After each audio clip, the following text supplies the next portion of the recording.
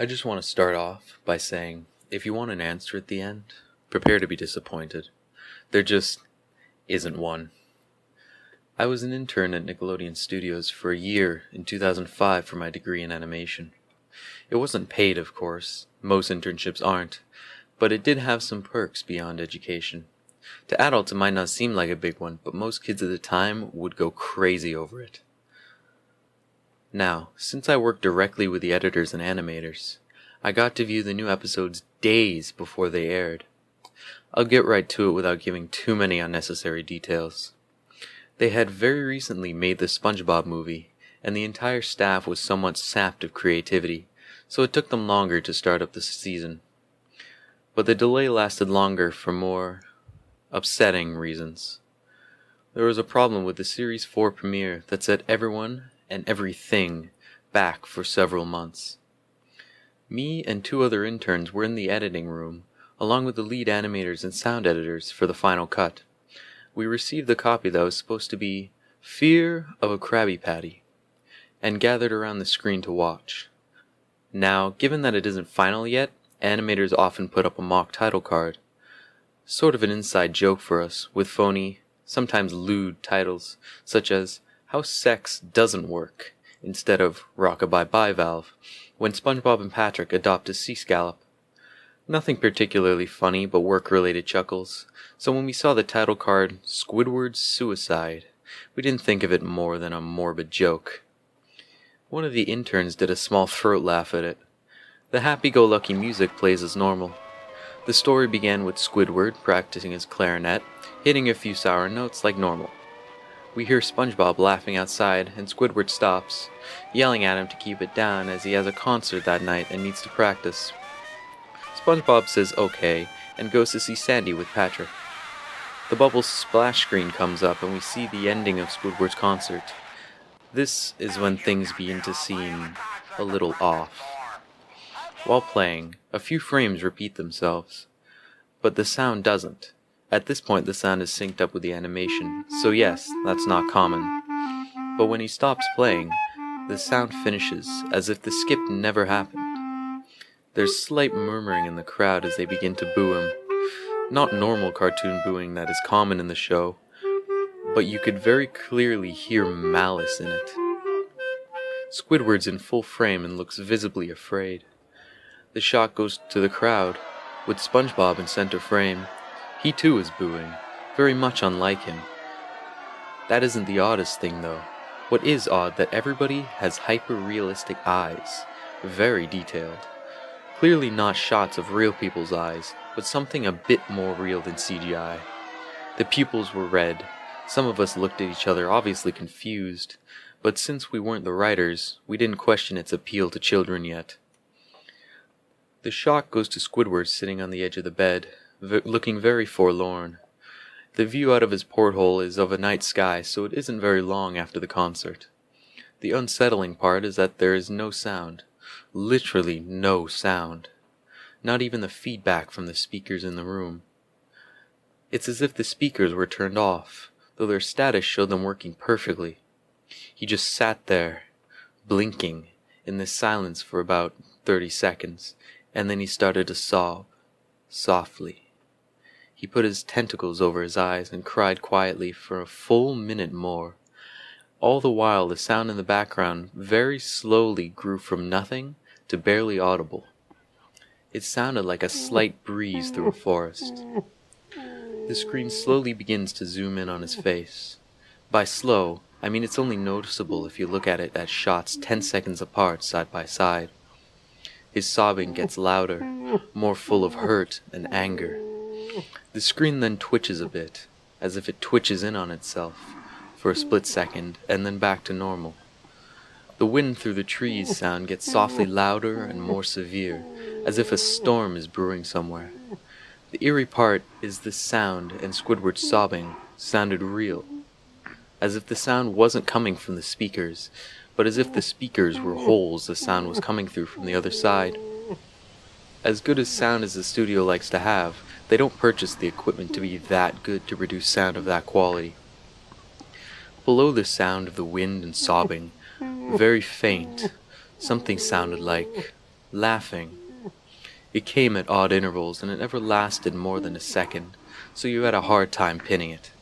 We watched the show twice, so pardon me if things sound too specific, but I've had time to think about them. After 30 seconds of this, the screen blurred and twitched violently, and something flashed over the screen, as if a single frame was replaced. The lead animation editor paused and rewound frame by frame. What we saw was horrible. It was a still photo of a dead child. He couldn't have been more than 6. His face was mangled and bloodied, one eye dangling over his upturned face, popped. He was naked down to his underwear, his stomach crudely cut open and his entrails laying beside him. He was laying on some pavement that was probably a road. The most upsetting part is that there was a shadow of the photographer. There was no crime tape, no evidence tags or markers, and the angle was completely off for a shot designed to be evidence. It would seem the photographer was the person responsible for the child's death.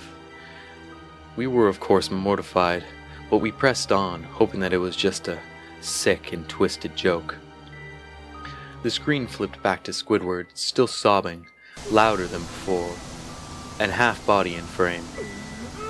There was now what appeared to be blood running down his face and from his eyes. The blood was also done in a hyper-realistic style, looking as if you touched it, you'd get blood on your fingers. The wind sounded now as if it were that of a gale blowing through a forest. There were even snapping sounds of branches, and laughing, a deep baritone, lasting at longer intervals and coming more frequently. After about 20 seconds, the screen again twisted and showed a single frame photo. The editor was reluctant to go back. We all were, but he knew he had to. This time the photo was that of what appeared to be a little girl, no older than the first child. She was laying on her stomach, her barrettes in a pool of blood next to her. Her left eye was popped, naked except for underpants. Her entrails were piled on top of each other above another crude cut along her back. Again, the body on the street and the photographer's shadow was visible, very similar in size and shape to the first. I had to choke back vomit, and one intern, the only female in the room, ran out. The show resumed. About 5 seconds after this second photo played, Squidward went silent, as did all sound, like it was when this scene started. He put his tentacles down and his eyes were now done in hyperrealism, like the others were in the beginning of the episode. They were bleeding, bloodshot and pulsating. He just stared at the screen, as if watching the viewer. After about 10 seconds, he started sobbing, this time not covering his eyes. The sound was piercing and loud, and most fear-inducing of all is that his sobbing was mixed with screams. Tears and blood were dripping down his face at a heavy rate. The wind sound came back, and so did the deep voice laughing. And this time the still photo lasted for a good 5 frames.